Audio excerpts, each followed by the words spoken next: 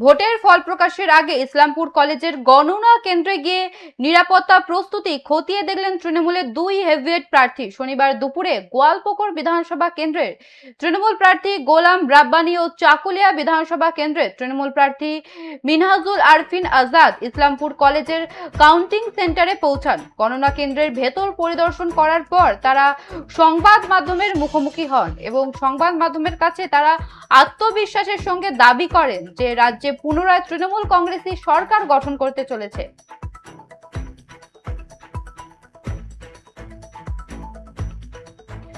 গণনা কেন্দ্রে high voltage পরিদর্শন দুই তৃণমূল প্রার্থীর কাউন্টিং সেন্টারের প্রস্তুতি খতিয়ে দেখলেন দুই নেতা।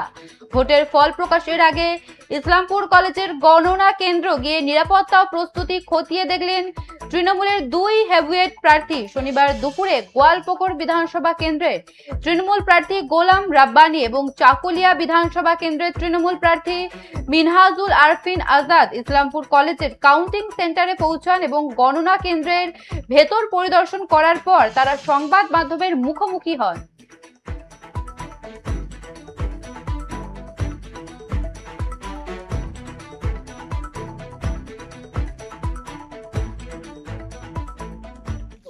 আজকে এসেছিলেন মন্ত্রীর সঙ্গে সাক্ষাৎ হলো, কথা হলো, কথা হলো এসেছি কেন এটাই তো ব্যাপার। কারণ আমাদের যে চৌকিদার, এই চৌকিদার চোর হয়, চৌকিদারের আন্ডারে রয়েছে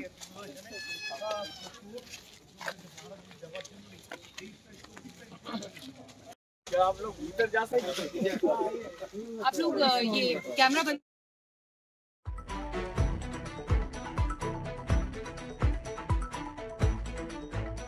ভোটের ফল প্রকাশের আগে ইসলামপুর কলেজের গণনা কেন্দ্র গিয়ে নিরাপত্তা ও প্রস্তুতি খতিয়ে দেখলেন তৃণমূলের দুই হেভিওয়েট প্রার্থী। শনিবার দুপুরে গোয়ালপুকুর বিধানসভা কেন্দ্রের তৃণমূল প্রার্থী গোলাম রাব্বানী এবং চাকুলিয়া বিধানসভা কেন্দ্রের তৃণমূল প্রার্থী মিনহাজুল আরফিন আজাদ ইসলামপুর কলেজের কাউন্টিং সেন্টারে পৌঁছান। গণনা কেন্দ্রের ভেতর পরিদর্শন করার পর তারা সংবাদ মাধ্যমের মুখোমুখি হন এবং সংবাদ মাধ্যমের কাছে তারা আত্মবিশ্বাসের সঙ্গে দাবি করেন রাজ্যে পুনরায় তৃণমূল কংগ্রেসই সরকার গঠন করতে চলেছে।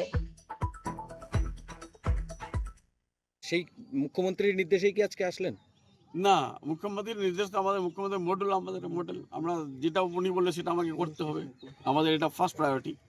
আমরা তার জন্য আমি এসেছি, আমি আর মিনহাজুল আরফিন আজাদ সাহেব, আমাদের চাকলিয়া বিধানসভার এমএলএ, ভালো লোক, উনিও জিতবেন, আমিও জিতবো। 9টাতে 9টায় আমরা পাবো, যার জন্য উনি নিজের আগামীকাল মনোজ আগরওয়াল ইসলামপুরে আছেন, বিষয়টাকে কিভাবে দেখছেন? উনি তো উনি আসতেই পারেন, ওনাকে আমরা রিসার্চ করতে পারি কি? উনি তো ইলেকশনটা পরিচালনা করেছে, ওকে কি করে আমরা রিসার্চ করতে পারি? আসতেই পারে না। ইসলামপুর ডিসিআরসিতে এসে দাদা রয়েছেন আমার সঙ্গে, মন্ত্রী সাহেবের সাথে আমি ছিলাম এখানে।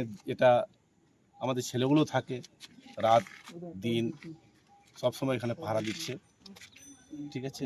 জনগণ ভোট দিয়েছেন, ভোটাররা ভোট দিয়েছেন, সেই ভোট এখন ইভিএমের মধ্যে ভরা আছে, সেটা আগামী 4 তারিখে খুলবে, খুলে যেটা জারি আছে সেটা হবে। এক্সিট পোল বলছে আপনাদের প্রত্যাবর্তন নাও হতে পারে, কি বলতেন?